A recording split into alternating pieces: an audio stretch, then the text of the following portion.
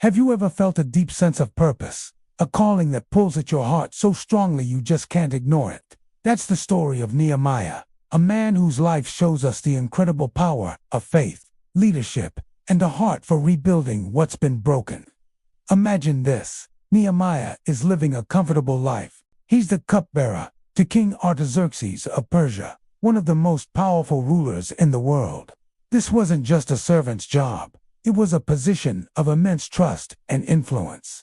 He was right there, in the center of power, security, and luxury. Life was good, but one day, everything changed. Some of his kinsmen arrived from Judah, his ancestral homeland. Nehemiah, concerned for his people, asks them a simple question: how are things back in Jerusalem? How are the survivors doing? The answer he receives is devastating. The visitors tell him, those who survived the exile and are back in the province are in great trouble and disgrace. The wall of Jerusalem is broken down, and its gates have been burned with fire. This news just shatters Nehemiah. He wasn't there. He didn't see the destruction firsthand, but his heart broke for his city and his people. He didn't just feel a little sad. The scripture says he sat down and wept. For days he mourned, fasted, and prayed before the God of heaven. This wasn't a quick, please help kind of prayer. This was a deep, soul-wrenching cry to God. He confessed the sins of his people, reminded God of his promises, and pleaded for favor. He was pouring his entire being into this prayer, aligning his will with God's. This period of prayer wasn't passive waiting. It was active preparation. Nehemiah was getting his heart and mind ready for the huge task he felt God was calling him to. A few months later, the moment of truth arrives. Nehemiah is serving the king, but his sadness is so profound that he can't hide it. The king, who had never seen him sad before, notices immediately and asks, "Why does your face look so sad when you are not ill?" This can be nothing but sadness of heart. This was a dangerous moment. To appear sad before the king could be seen as displeasure with the king's rule, and that could cost him his life. But Nehemiah, filled with a mix of fear and faith, tells the king the truth about his beloved city lying in ruins. And then the king asks a life-changing question: what is it you want?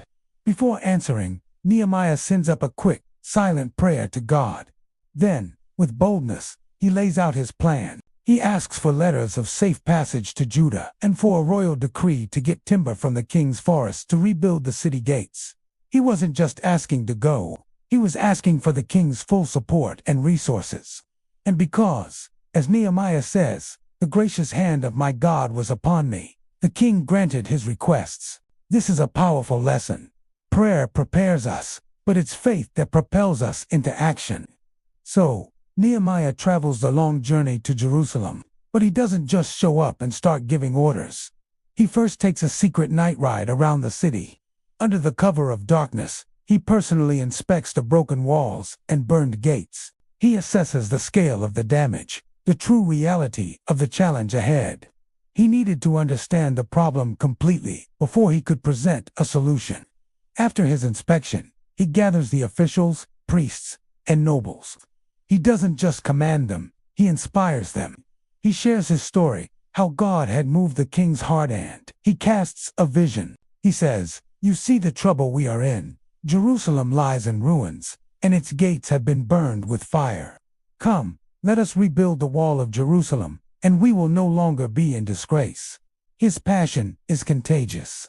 The people are moved, and they respond with a united voice. Let us start rebuilding. And so, they began the good work. The reconstruction wasn't easy. They faced intense opposition, ridicule, and threats from their enemies, who tried to stop them at every turn. But Nehemiah's leadership was brilliant. He organized the people, assigning each family a section of the wall to rebuild, often right in front of their own homes. This gave everyone a personal stake in the project. When threats of attack grew, he armed the workers. They built with one hand and held a weapon in the other. It's an incredible image of determination, a commitment to build and protect, to work and watch, to have faith and be wise. And against all odds, in just 52 days, the wall was finished. It was a miracle of unity, hard work, and unwavering faith. The completion of the wall wasn't just about stone and mortar. It was about restoring dignity, security, and hope to a broken people. It was a physical symbol of a spiritual renewal. Nehemiah's story teaches us that God can use anyone, right where they are, to accomplish his purposes. It shows us that true change starts with a burdened heart, is fueled by fervent prayer, and is carried out with courageous action and wise leadership. It reminds us that even when things seem completely broken, with faith and unity, reconstruction is always possible. What walls in your life, or in your community, need rebuilding? Maybe it's not a physical wall, but a broken relationship, a lost dream, or a community in need. Nehemiah's journey from a palace cupbearer to a master builder is a testament to the fact that one person's passion, guided by God, can truly change the world. Thanks so much for watching. If this story inspired you, please hit that like button and subscribe for more content that dives deep into stories of faith and transformation. We'll see you in the next video.